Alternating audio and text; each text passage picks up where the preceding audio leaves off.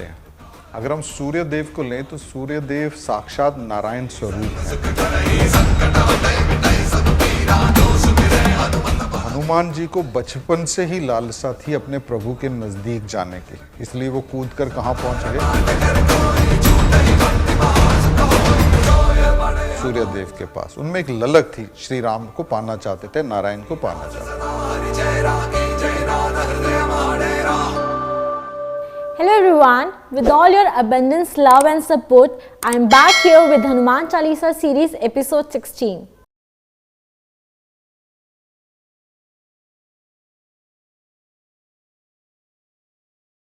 Sir, जो हमारी आज की चौपाई है उसमें मधुर फल के बारे में बात करी गई है, तो वो मधुर फल कौन सा है?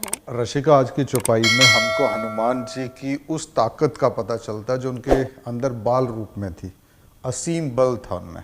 और आज की चौपाई बोलती है, युग सहस्त्र योजन पर भानु, लीलियो ताहि मधुर फल जानू। यानी कि तुलसीदास जी कह रहे हैं कि हनुमान जी ने योजन दूर, सहस्त्र योजन दूर जो सूर्य था, भानु यानी कि सूर्य, उसको मीठा फल समझकर निगल लिया। अब सिंपल मीनिंग ये है कि भाई सूर्य को उन्होंने दूर से देखा, हनुमान जी को भूख लगी थी और उन्होंने सोचा कोई स्वादिष्ट फल है, तो उन्होंने छलांग लगाई और सूर्य को अपने मुंह में ले लिया। राइट, तो यहाँ जो ये मीठा फल है, ये कौन से हैं? सूर्य है, जिसको उन्होंने फल समझा। लेकिन इसमें सबसे इम्पॉर्टेंट जो है वो ये समझना है कि जैसा मैंने पहले भी कहा कि जो हमारे ऋषि मुनि होते हैं ये साइंटिस्ट होते हैं। आज अगर आप सूर्य का डिस्टेंस कैलकुलेट करते हो तो नासा के अकॉर्डिंग जो डिस्टेंस है अर्थ का और सन का वो है 149,600,000 किलोमीटर। राइट, और यही डिस्टेंस तुलसीदास जी ने जो कलेक्ट किया था वो अप्रॉक्सीमेटली सिमिलर आता। उन्होंने 16th सेंचुरी में किया, वो डिस्टेंस था 153,600,000 किलोमीटर। अब इसको समझते हैं। देखो, जो एक युग होता है that is equal to 1200 divine years, 12,000 divine years, यानी कि एक युग में कितने साल होते हैं? 12,000।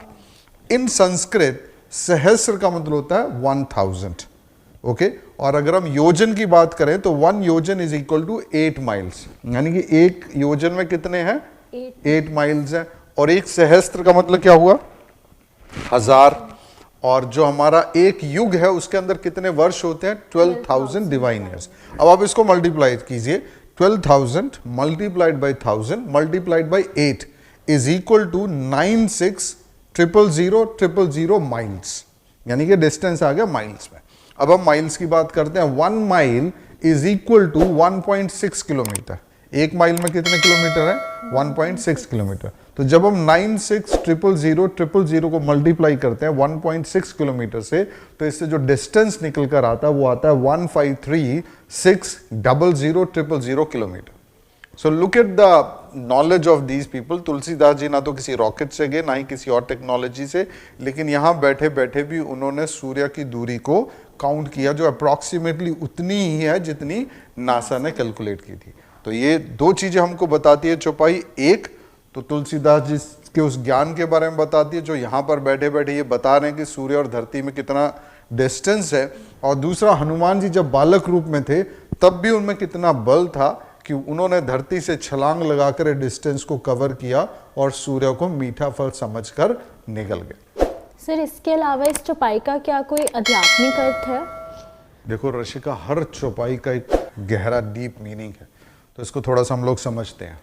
अगर हम सूर्य देव को लें तो सूर्य देव साक्षात नारायण स्वरूप हैं। तो हनुमान जी को बचपन से ही लालसा थी अपने प्रभु के नजदीक जाने की, इसलिए वो कूद कर कहाँ पहुंच गए?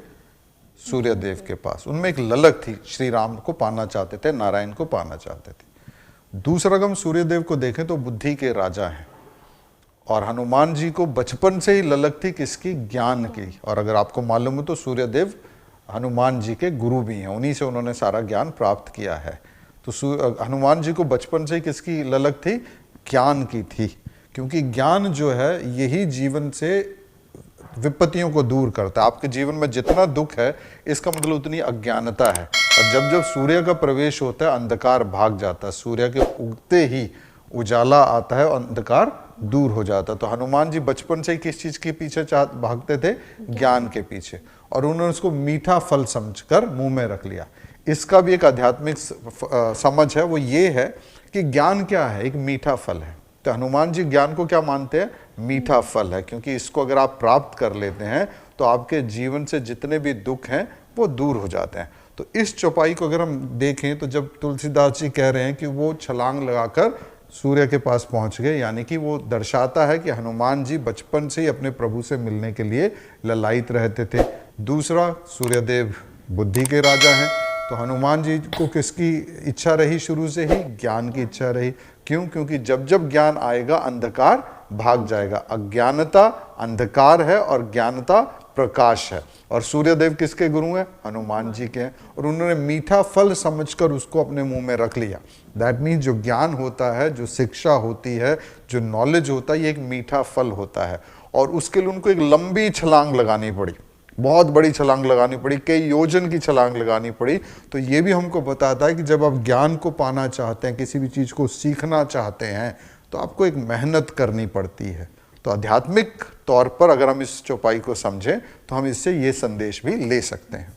इस चौपाई के माध्यम से और श्री हनुमान जी की लीला से हम लोग ये शिक्षा भी प्राप्त करें कि ज्ञान की भूख होनी चाहिए, ज्ञान पाने की एक ललक होनी चाहिए, क्योंकि जब हम ज्ञान की प्राप्ति करते हैं तभी हमारे जीवन से अंधकार दूर होता है। तो सूर्य देव को अपना गुरु माना हनुमान जी ने, उनसे ज्ञान को प्राप्त किया, तभी वो कहलाए ज्ञानी नाम अग्रणीय, यानी कि ज्ञानियों में सर्वश्रेष्ठ। तो आप भी ज्ञान के लिए एक ललक रखें, उसको अपने जीवन में अपनाएं, ताकि हनुमान जी की कृपा आपको मिले। तो फ्रेंड्स, हमने इस चौपाई से बहुत ही गहरा मीनिंग समझा कि जब भी आप अपनी ज़िंदगी में कुछ पाना चाहते हैं, अपनी सारी प्रॉब्लम्स, विपत्तियों को अपनी ज़िंदगी से भगाना चाहते हैं, so you have to do the hard work. आपको मेहनत करनी पड़ेगी और ज्ञान प्राप्त करना पड़ेगा। तो चलिए फिर मिलते हैं आपसे अगले एपिसोड में। जय श्री राम।